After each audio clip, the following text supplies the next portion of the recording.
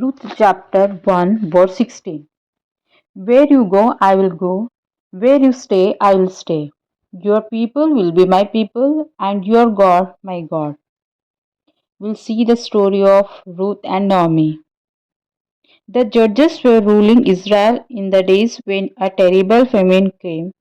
Man named Elimelech, his wife Naomi, and their two sons left Bethlehem and moved to Moab, where there was plenty of food.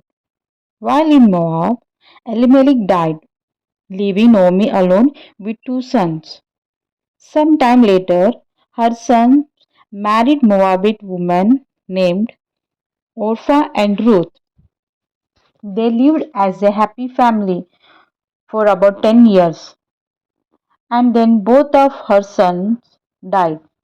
When Naomi learned that the famine in Judah had ended, she prepared to leave Moab and return home.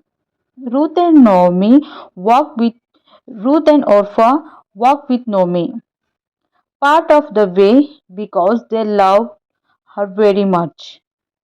Naomi said, "Each of you must go back to your mother's house. May the Lord show kindness to you." Orpha returned home to her mother, but Ruth said, "Where you go, I will go. Your people will be my people, and your God my God." So the two women traveled on to Bethlehem, where the barley harvest had just begun.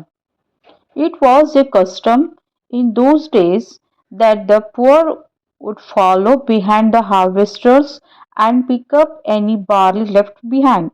It was called gleaning.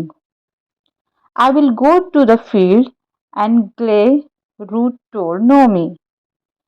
Ruth began working in field owned by a man named Boaz, a relative of Naomi's.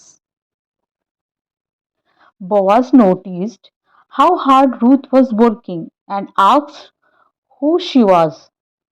"She is a young woman from Moab who returned with Naomi," answered the foreman.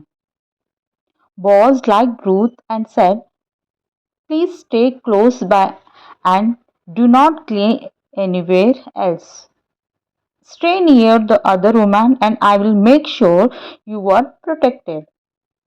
Ruth bowed and said, "Why are you being so kind to me?" Boaz replied, "I have heard how you left your home to care for Naomi. May the Lord bless you for what you have done." Boaz helped Ruth in many ways. He made sure that she had enough to eat. He admired her very much because she always took care of Naomi. Boaz fell in love with Ruth and asked her to marry him. They were married one sunny day, and soon a baby named Obed was born. He would be the father of Jesse, who would be the father of David, the king of Israel. Naomi continued to live with Ruth and Boaz and was very happy.